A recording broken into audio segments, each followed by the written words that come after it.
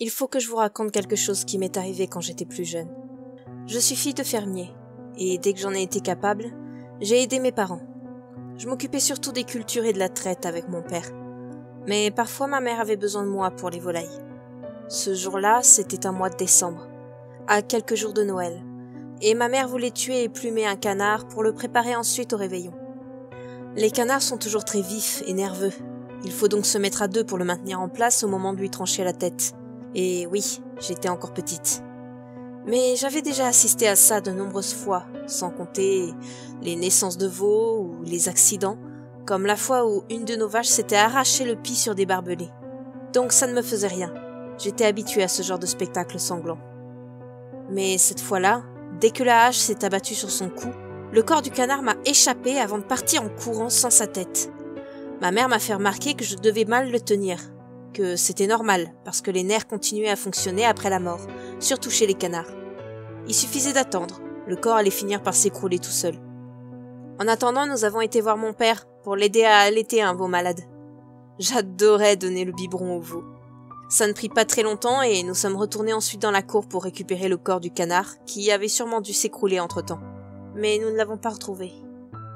Il n'était nulle part. Ça ne nous a pas inquiétés plus que ça. Un renard ou même un rapace pouvait l'avoir attrapé. Il y avait des buses qui volaient souvent au-dessus de la ferme, et attraper le corps mort d'un canard, c'était largement faisable pour elle. Ma mère a juré un peu, puis a décidé qu'on en tuerait un autre le lendemain. Tant pis pour celui-là. Mais il commençait à se faire tard, et elle n'avait pas envie de passer la soirée à plumer une volaille.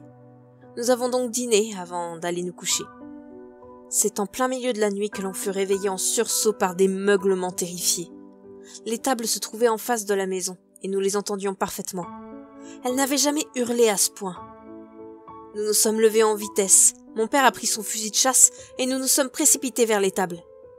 Juste lorsqu'on s'en approchait, nous avons vu quelque chose en sortir à une telle vitesse qu'on fut incapable de distinguer de quoi il s'agissait. Mon père est alors passé devant et a alors poussé un cri d'horreur en entrant. Une grosse majorité des bêtes avaient été décapitées et leurs têtes manquaient. Les survivantes étaient prostrées dans un coin, terrifiées. Ma mère a couru à la maison pour appeler la police. Quoi que soit l'animal qu'on avait aperçu, un renard ou une fouine n'aurait pas pu faire autant de dégâts. Un humain, par contre, oui. Les policiers ont fait le tour de la ferme sans trouver d'empreintes, ni même les têtes de nos vaches. Ils s'étaient séparés pour couvrir plus de terrain, car nous avions beaucoup de terre. 2 d'entre eux revenaient vers nous, au moment où nous entendions un hurlement plus loin, suivi par des coups de feu. Nous nous sommes précipités vers la basse-cour d'où venaient les sons. Et là se tenait un agent, terrifié, arme en avant, qui continuait à tirer en direction d'un champ. À ses pieds, son collègue, décapité. Il y avait quelque chose qui partait à toute vitesse vers la forêt, en zigzagant entre les balles du policier. Ses autres collègues l'arrêtèrent quand la chose fut hors de vue.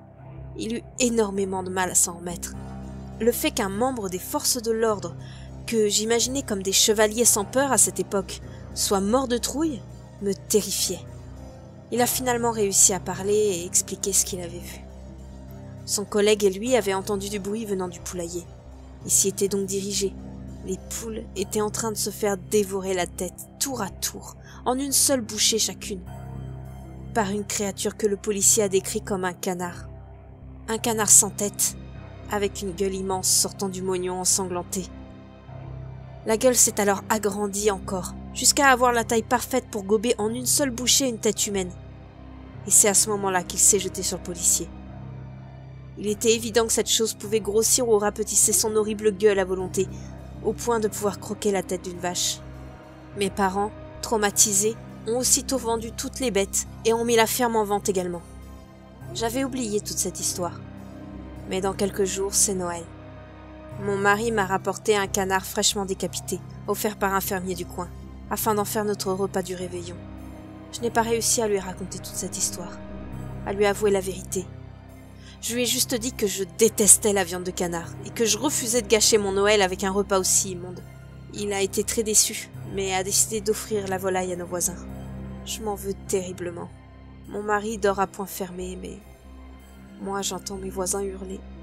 Je vais attendre demain pour appeler la police. Je n'ai pas envie d'ajouter d'autres victimes à ce massacre. Demain, je vais aussi annoncer à mon mari que je veux déménager. parce que cette chose sera toujours là, dans les alentours. Et je refuse d'y rester.